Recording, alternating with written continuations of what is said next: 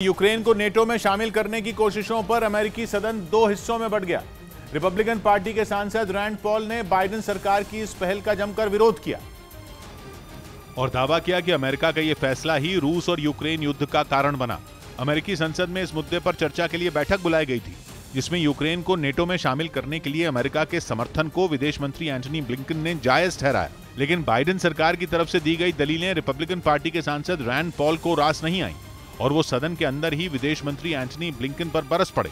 इसके साथ ही उन्होंने बाइडेन सरकार पर यूक्रेन को नेटो में शामिल करने के लिए ढोल पीटने का आरोप लगाया और दावा किया कि रूस की चेतावनी के बाद भी इस मुद्दे को बाइडेन सरकार ने समर्थन दिया, जिससे ऐसे हालात बन गए।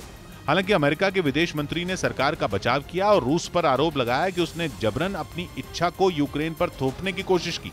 इस बीच खबर है कि युद्ध में रूस की सेना के सैकड़ों अफसरों की जान चली गई। इसकी जानकारी रूस के एक अखबार ने दी और ये दावा किया कि यूक्रेन से जारी जंग में अब तक रूस की फौज के 300 से ज्यादा अधिकारी मारे जा चुके हैं। कहा जा रहा है कि रूस ने अपने जिन अफसरों को खोया उनमें 1/3 मेजर जनरल और लेफ्टिनेंट रैंक के अधिकारी थे। बताया गया कि रूस की सेना के कई अधिकारी ऐसे भी हैं जो जंग में दुश्मन से दो हाथ करते वक्त बुरी तरह जख्मी हो गए। हालांकि कहा तो यहां तक जा रहा है कि जंग में मरने वालों के असली आंकड़े रहस्य बनकर रह जाने की आशंका है।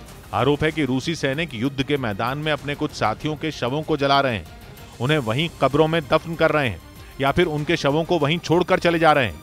लेकिन जो आंकड़े रूस के इस अखबार ने सोशल मीडिया के कई पोस्ट, दूसरे अखबारों और स्थानीय प्रशासन के ऐलानों को मिलाकर जुटाए, उनके मुताबिक रूसी सेना यूक्रेन में अब तक अपने 1700 से ज्यादा फौजियों को खो चुकी है।